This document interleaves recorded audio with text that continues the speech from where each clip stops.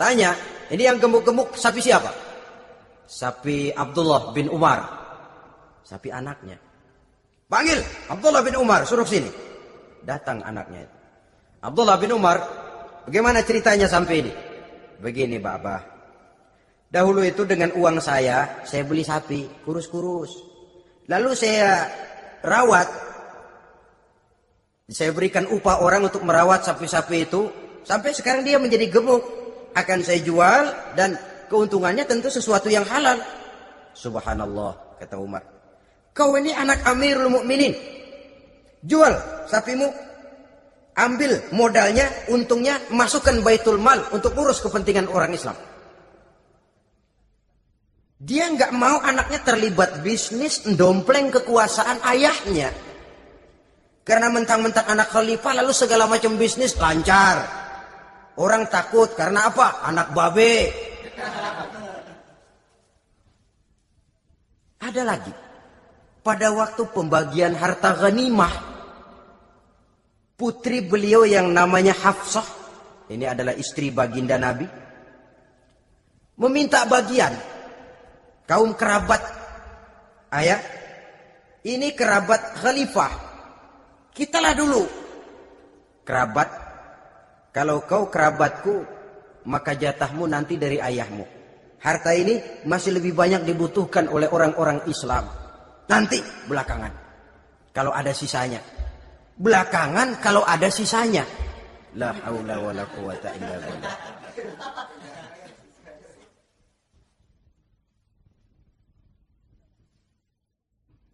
Saudara hadirin, itu terhadap keluarganya. Kemudian apa sifat-sifat yang menonjol dari kepemimpinannya?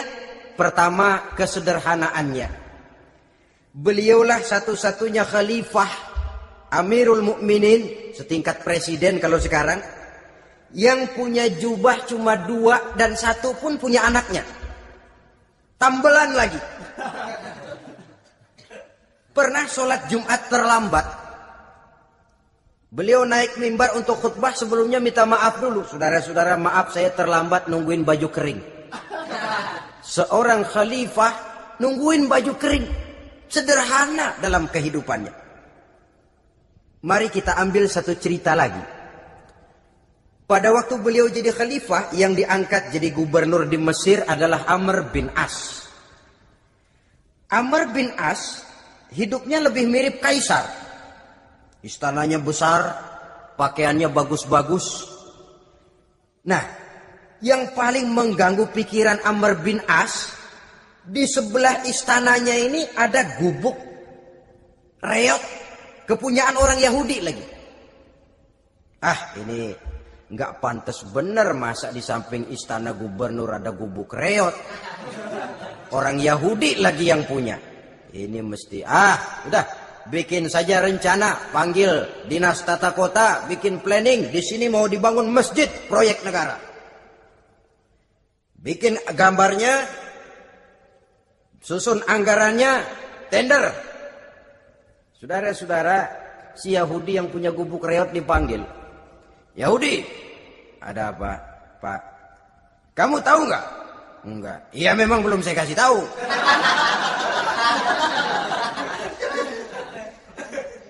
Ada apa, Pak? Itu kamu punya gubuk.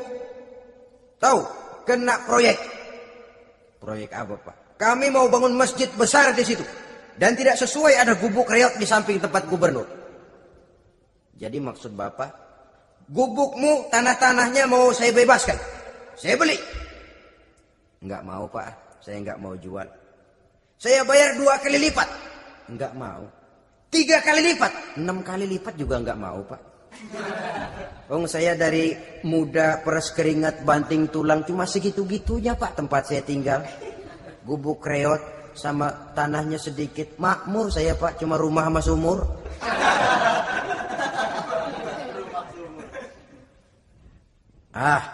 Ini Yahudi kelewatan juga. Akhirnya turun perintah, sudah, kalau dia nggak mau dibebaskan, gusur saja, tarik, ambil bulldozer. Gusur. Yahudi ini berurai air matanya. Aduh, begini jadi rakyat kecil. Udah jatuh ketiban ember lagi. Tapi pikir-pikir Amr bin As kan bukan yang paling atas. Dia kan cuma pejabat, masih ada atasannya lagi. Lapor lapor. Yahudi ini berangkat ke Madinah. Bayangkan dari Mesir ke Madinah. Jalan. Di sepanjang jalan dia berpikir. Fikir membanding-banding. Kalau gubernurnya saja istananya begitu mewah, apalagi khalifahnya. Kalau gubernurnya galak main gusur, apalagi khalifahnya. Dan saya bukan orang Islam, apa dia lemin ngadu? Apa dapat tanggapan? Berangkat dia sambil harap-harap cemas. Sampai di pintu kota Madinah, dia temui orang lagi tidur di bawah pohon korma. Selamat siang Pak. Ada apa? Pak. Apa? Mau lapor. Lapor apa? Bapak tahu Khalifah Umar bin Khattab? Tahu. Istananya di mana Pak? Istananya di atas lumpur. Di atas lumpur. Di atas lumpur. Pengawalnya banyak Pak. Banyak. Siapa Pak? Yatim piatu, janda-janda tua, orang-orang miskin, orang-orang lemah. Itu pengawalnya. Pakaian kebesarannya apa sutra apa Pak? Pakaian kebesarannya malu dan takwa. Saya nggak ngerti Pak. Itulah Umar bin Khattab. Lalu orangnya sekarang di mana Pak? Di depan ente. Rupanya yang dia tanya itulah orangnya. Gemeter Yahudi ini. Keringat bercucuran. Coba istananya di atas lumpur. Sebab beliau berprinsip. Bagaimana saya bisa menghayati nasib rakyat kalau saya tidak merasakan apa yang mereka rasakan?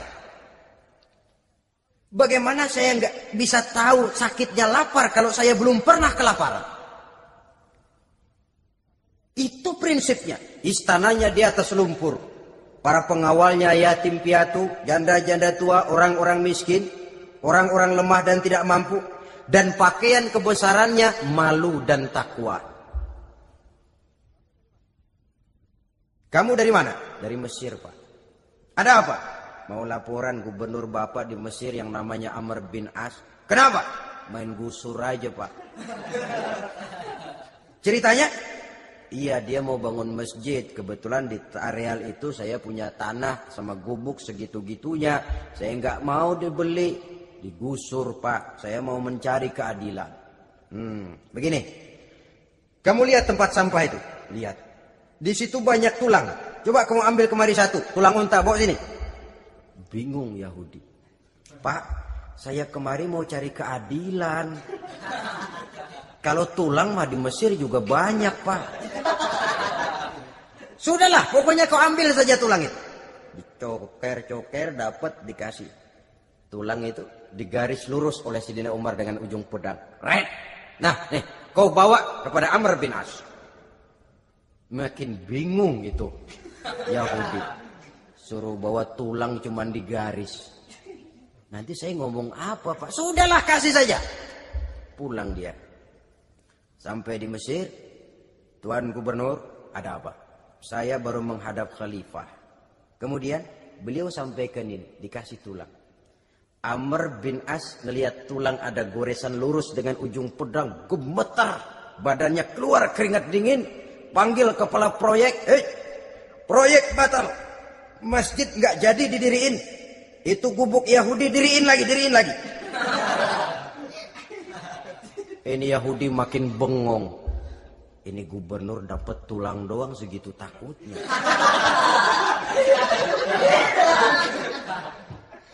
Ada apa sebenarnya Tuan Gubernur? Kamu tahu? Ini nasihat pahit buat saya dari Amirul Mukminin Umar bin Khattab. Seolah-olah beliau bilang, "Hai Amr bin As, jangan mentang-mentang sedang berkuasa ya. Pada suatu saat kau akan jadi tulang-tulang kayak begini. Maka mumpung kamu masih hidup dan berkuasa, berlaku lurus dan adillah kamu seperti lurusnya garis di atas tulang ini." Keren. Lurus, adil, jangan bengkok. Sebab kalau kamu bengkok, nanti aku yang luruskan pakai pedangku. Siapa yang nggak ngeper digituin. Sampai akhirnya apa? Kata si Yahudi, Pak, kalau begitu Islam adil ya. Adil. Kalau gitu biarin dah Pak, tanah saya. Mau kamu jual? Bukan saya jual Pak, saya kasih aja dah. Campur gubuk-gubuknya, ambil aja dah.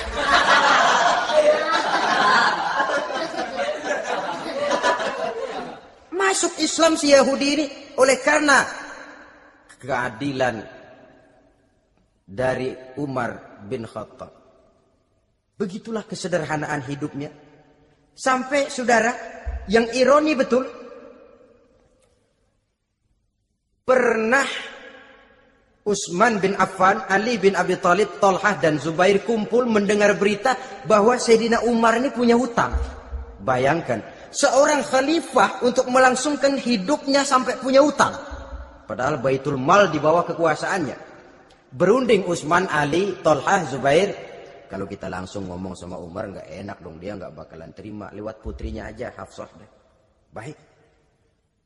Hafsah ngomong sama Umar, Abah, kenapa? Bagaimana kalau honor Abah ditambah, ditingkatkan supaya hutang bisa ketutup? Hafsah, saya Abah. Siapa yang nyuruh kamu ngomong begitu? Enggak ada. Ada.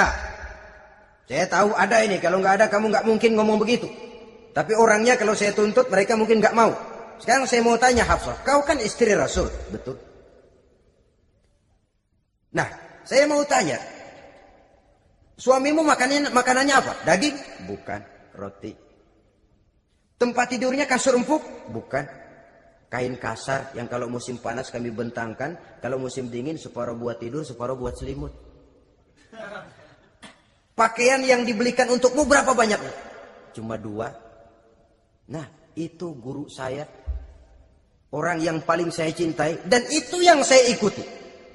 Bahkan setelah beliau wafat, Sayyidina Umar ini, hutangnya ditanggungkan kepada anaknya Abdullah bin Umar. Dan itu pun dilunasi dengan menjual rumahnya. Sehingga rumahnya itu disebut Darul Qadha. Rumah bayar hutang. Begitu kesederhanaannya. Jadi nggak pakai aji mumpung jadi khalifah lalu kayak ikan gurita, tangan yang mana aja megang. Itu kan mental monyet. Monyet itu kan begitu. Tangan megang kiri kanan, mulut ngawal, kaki megang, temennya dikasih masih ngerampas juga. Monyet rakus betul itu. Itu kesederhanaannya. Kenapa kesederhanaan ini timbul? Karena sikap zuhudnya.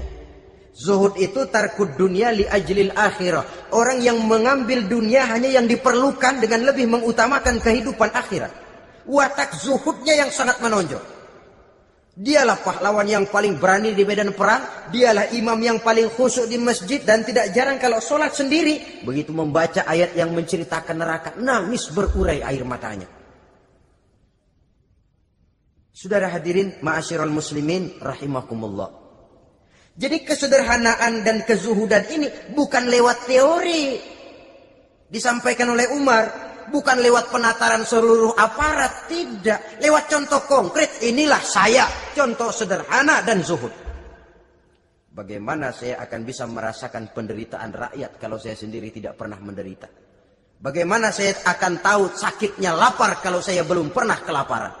Maka tanpa penataran, tanpa upgrading segala macam, berhasil karena prinsip keteladanan. Beliau jadi contoh utama. Dan sumber utamanya tentu tidak lain karena contoh dari baginda Nabi besar Muhammad SAW. 2, sederhana. Yang kedua, zuhud. Yang ketiga, sifat yang menonjol dari kekhalifahannya adalah adil. Kalau sudah bicara soal hukum, dia tidak pernah kenal kompromi.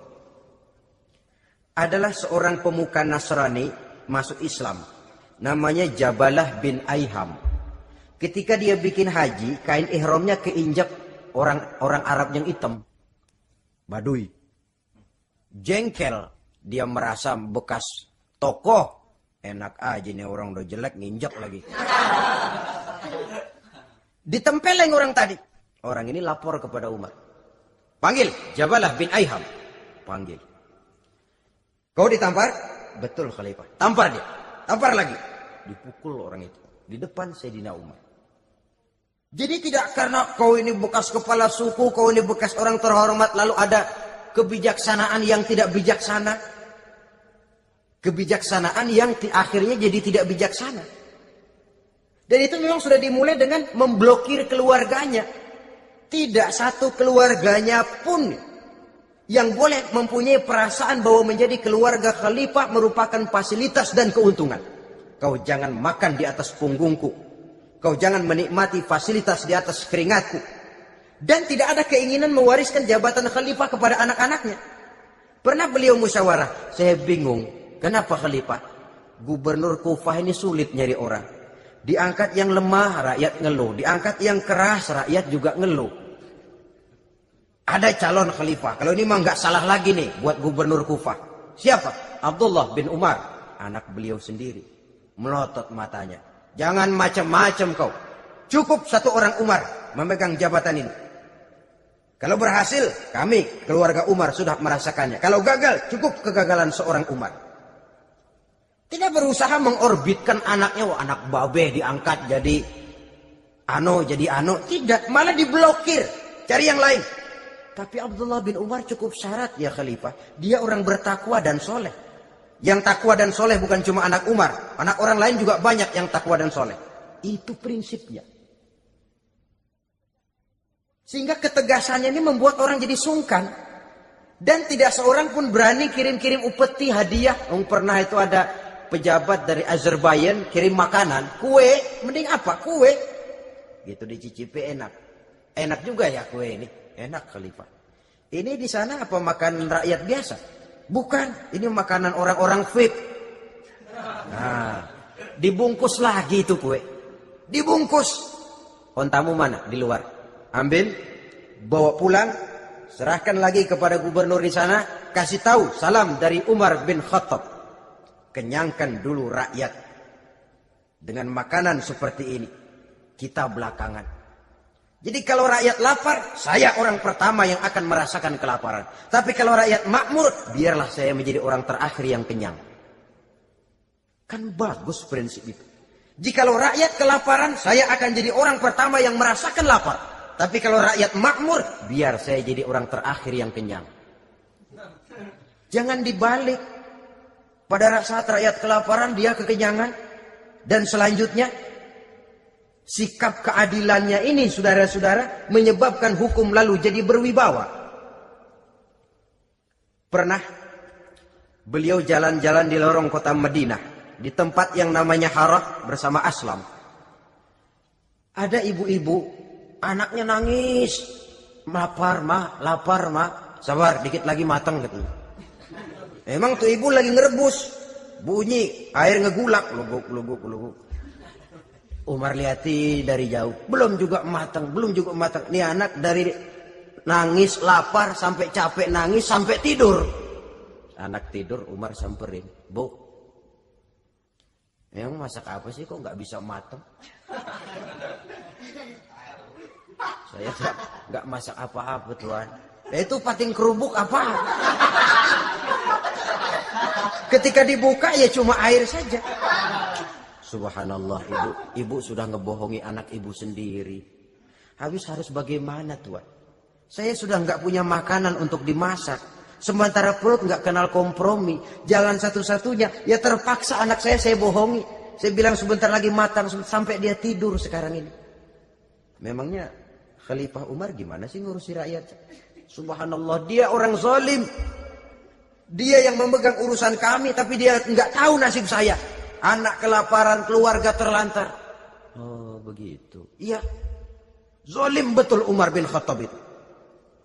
Kalau begitu ibu tunggu sebentar. Dia pulang bersama Aslam menuju Baitul Mal. Dia ambil tepung satu karung, dipikul sendiri. Dipikul sendiri, kata Aslam. Ya Khalifah, biar saya yang bawa. Jangan. Kenapa Khalifah? Apa kau kira kau sanggup mikul dosa saya di akhirat nanti? Biar saya yang mikul sendiri. Dia bawa ke tempat tuh ibu-ibu. Dia masakin sendiri. Nah bu, sudah matang, persilakan masak. Makan. Alhamdulillah Tuhan. Mudah-mudahan Allah memberkahi Tuhan. Tuhan lebih baik dari Umar bin Khattab yang zalim itu. Memang sebenarnya Tuhan siapa, kata tuh ibu? Saya, iya. Saya ya Umar bin Khattab yang ibu bilang zalim itu. Gemetar si ibu. Gemetar si ibu. Tapi memang peka dan menghargai kritik orang. Tidak membungkam setiap orang yang nadanya sumbang atau berbeda. Kadang beliau berkata, saya khawatir karena orang terlalu segan dengan saya lalu nggak ada yang berani negur kalau saya salah. Kan begitu biasanya. Karena sudah terlalu segan lalu semuanya orang mau diaminin saja. Asal dibilang nggak benar marah, jengkel. Lalu disingkirin, maunya diiyain, inge kula nuwun. Oke bos. Beliau bilang saya khawatir kalau tidak ada orang yang mau menegur kesalahan saya jika saya terlanjur nanti. Tahu-tahu muncul orang, demi Allah, saya akan menegur Tuhan dengan pedang saya ini. Cerah mukanya, senyum bibirnya, alhamdulillah. Anak muda, saya memerlukan orang macam kau. Yang berani berkata ya terhadap yang benar dan tidak terhadap yang tidak benar, apa dan bagaimanapun resikonya. Di sini kelihatan sikap beliau menghadapi orang yang berbeda pendapat. Keadilan, keberanian dan ketegasan, cepat menerima kebenaran, merupakan serentetan dari sifat-sifat utama beliau sejak masuk Islam sampai menjadi khalifah yang kedua. Bahkan dengan jasa beliau, Islam kemudian tersebar, menembus dinding Jazirah Arabia, memasuki Bizantium dan Persia, sehingga beliau juga dikenal sebagai periode Al-Futuhat Al-Islamiyah. Nah, saudara-saudara, inilah cuplikan kecil dari kehidupan seorang agung dan besar yang memang sangat terbatas kata-kata untuk melukiskan kebesaran itu. Namun yang secuplik ini mudah-mudahan menjadi sumbangan moral dalam rangka kita memperbaiki diri menuju kehidupan yang lebih baik. Terima kasih banyak atas segala perhatian. Mohon maaf atas segala kekurangan. Usikum wa nafsi bitaqwallah. Wassalamualaikum warahmatullahi wabarakatuh. Waalaikumsalam.